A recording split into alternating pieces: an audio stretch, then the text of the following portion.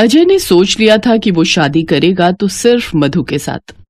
मधु के परिवार वाले तो इस रिश्ते को मान गए, पर अजय के माता पिता इस शादी के लिए अंत तक मना करते रहे। तुझे क्या लगता है वो शहरी लड़की हमारे गांव के रीति रिवाज और देसी खाना बनाना जानती होगी? मैं ये बात कभी नहीं मान सकती। तू मुझे झूठ बोल रहा है ताकि मैं इस शादी के लिए हाँ कह दूं।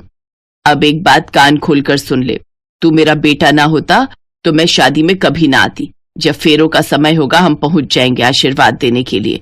मैं इतनी कठोर मन की नहीं हूं जो तुझे आशीर्वाद ना दूं। कर ले तू अपने मन की शादी, हम पहुंच जाएंगे। अब ठीक है, मिल गई तुझे खुशी, चिंता मत कर, हम दोनों समय पर पहुंच जाएंगे।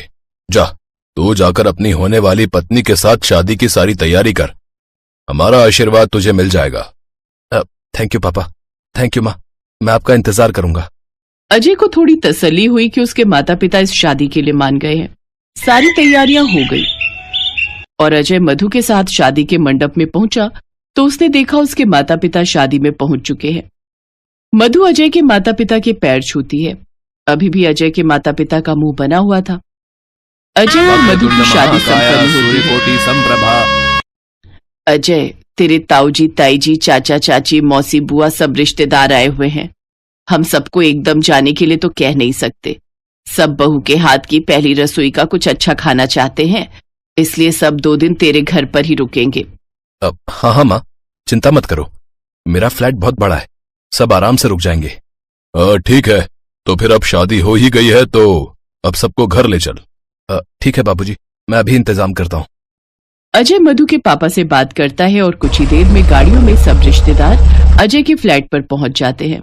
अगले 2 दिन तक सभी करीबी रिश्तेदार वहीं रुकते हैं। सारे रिश्तेदार रुके हुए हैं।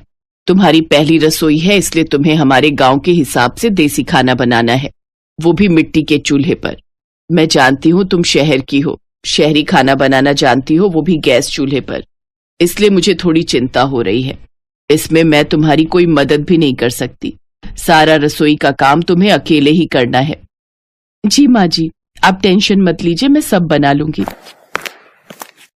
बिमला, तूने अपनी शहरी बहू को चूल्हे पर खाना बनाने के लिए कह तो दिया है। तुझे लगता है तेरी बहू चूल्हे पर रोटी बना पाएगी, और वो भी हमारे गांव की तरह देसी शुद्ध घी में बनी हुई सब्जी रोटी? जेठानी जी, करवाना तो पड़ेगा ही, रिवाज है। अब भले ही ये शहर की है, मैंने तो बोल दिया है, अब देखो क्या करती है।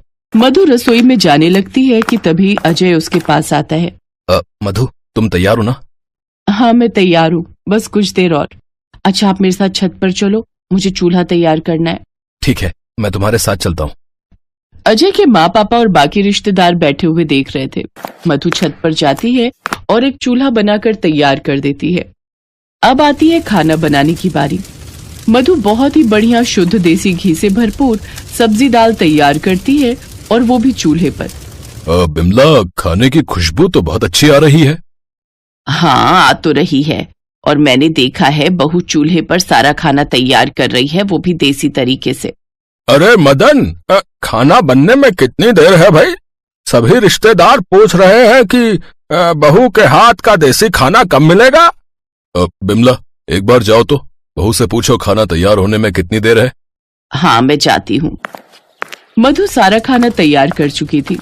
माँ जी, मैंने सोचा जब पहली रसोई में खाना बना रही हूँ तो क्यों ना खीर भी बना लूं, क्योंकि हर शुभ काम की शुरुआत मीठे से ही तो होती है। मैं ठीक कह रही हूँ ना माँ जी? तभी विमला की जेठानी और ननद भी आ जाते हैं। भाभी, मधु तो बहुत समझदार है, इसको तो चूल्हे का सारा खाना बनाना आता है। बुआ जी, मेरी दादी ना जब मैं छोटी थी तो कभी कभी चूल्हे पर रोटी बनाया करती थी, तो मैं भी उन्हें देख देख कर बनाना सीख गई। और आजकल तो फोन में देखकर भी हम बहुत कुछ सीख जाते हैं। क्या? फोन में देखकर? वो कैसे?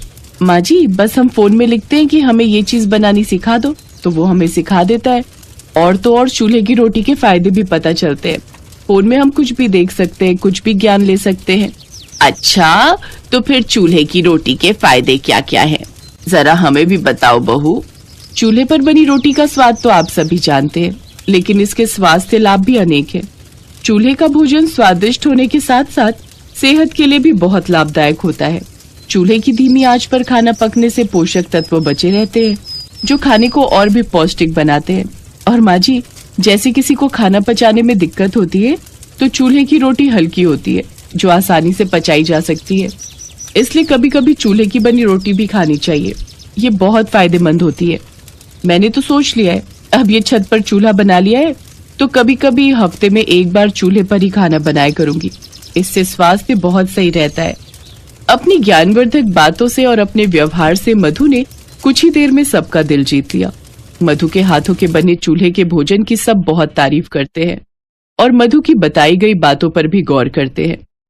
मधु का मिलनसार स्वभाव देखकर उसके सास ससुर के मन की सारी गलतफहमियां भी अब दूर हो गई।